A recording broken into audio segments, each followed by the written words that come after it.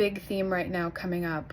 A lot of you guys who are on this path of taking responsibility for your life, for your own self-awareness and growth, healing patterns that have been carried on through the generations within your family line, a lot of you guys are finding yourselves, and you're going to continue to find yourselves in a position of being more coherent, having more emotional intelligence, and being able to perceive things that the people around you are not able to do.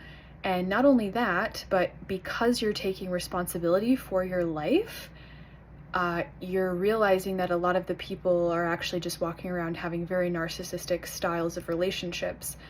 And when you see that, I hope what happens on your journey is that you recognize how important it is for you to prioritize your own alignment and to prioritize really getting to know what it is that you value, what you need, what your personal truths are, so that you can advocate for those things. Because when you look around, right, and you see that the world is very narcissistic, the way that people have relationships is very narcissistic, whether that is malicious or not, you realize how important it is to prioritize yourself, because this world, as I've said before, is happy to eat you up. And what I mean by that is to use you to avoid themselves.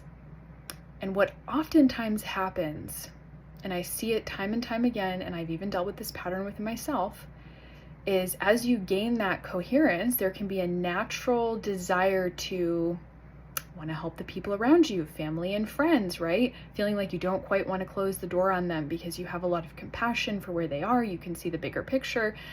And yet, what a lot of the clients that I work with have found, this has been a huge theme this week, and I'm sure many of you have experienced, you can't help somebody who doesn't want to be helped. And there are people, places, and things that are essentially like a black hole, where you can continue to pour your energy into it to your own deficit and to your own demise, and nothing about that person is going to change because they're not taking responsibility for their own life. This is a hard thing, because if we were still in a tribal type of way of living, let's say communities of 100 or so, that community would be there to absorb the shock of a very mentally ill person, somebody who's very destabilized, and to be able to help that family. And what I see is that so many people are taking such high degrees of responsibility. They typically got into that by wanting to deal with their own pain, or being in so much pain that's been suppressed throughout these generations, that it finally came to a head. But then you became responsible and hyper responsible for then fixing everything and everyone around you, or feeling like if you closed the door on them, it would be your responsibility or your fault if something happened to them, or if they continued to not get support.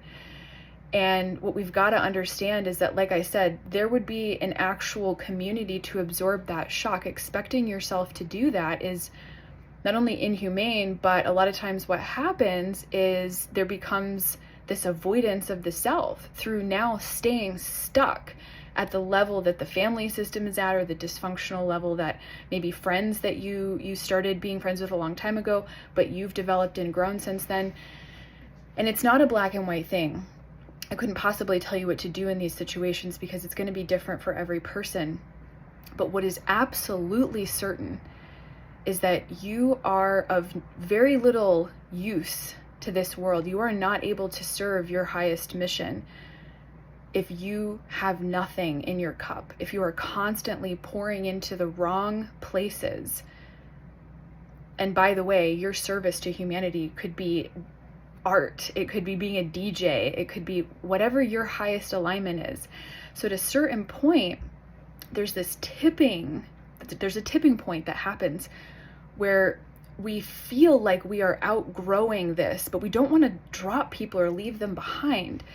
And what this is actually doing is it's our ego trying to control something that doesn't need to be controlled. This is the natural evolution of our expansion and growth. And we have to trust that when we are following that alignment, we're following ourselves, our internal compass that says, this is what I value, need, this is what's enough, this is what's not enough.